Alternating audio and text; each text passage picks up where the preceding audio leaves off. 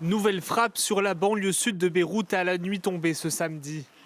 Israël continue de bombarder sans relâche le fief du Hezbollah, mais d'autres quartiers sont ciblés.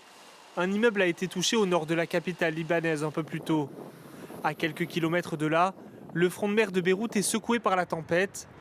Des habitants sont réfugiés sous ces tentes. Ils ont évacué les quartiers bombardés et se retrouvent démunis. Je ne sais pas quoi faire. On ne peut pas rentrer chez nous et ils veulent nous faire partir d'ici. Et regardez cette tente avec laquelle on doit se débrouiller. On n'a pas de nourriture. Tout notre argent et nos biens sont dans la banlieue sud. Ils ont menacé toute la banlieue sud. D'habitude, c'était un immeuble ou un quartier, mais là, ils ont prévenu toute la zone. On ne peut pas y retourner. D'autres frappes ont été observées dans le sud du pays, notamment ici à Sidon sur la côte.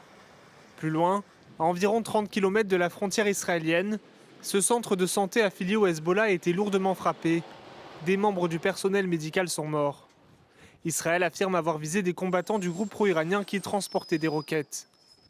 Pour tenter de mettre fin au combat, le secrétaire général de l'ONU appelle depuis Beyrouth à la diplomatie et à l'aide internationale.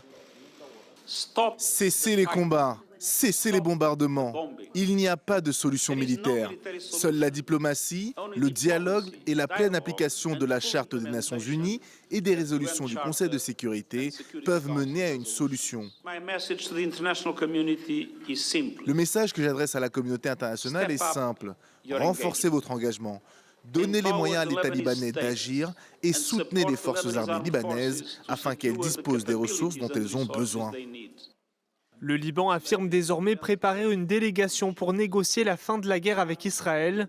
Au même moment, le Hezbollah dit mener des affrontements directs avec l'armée israélienne au sud du pays.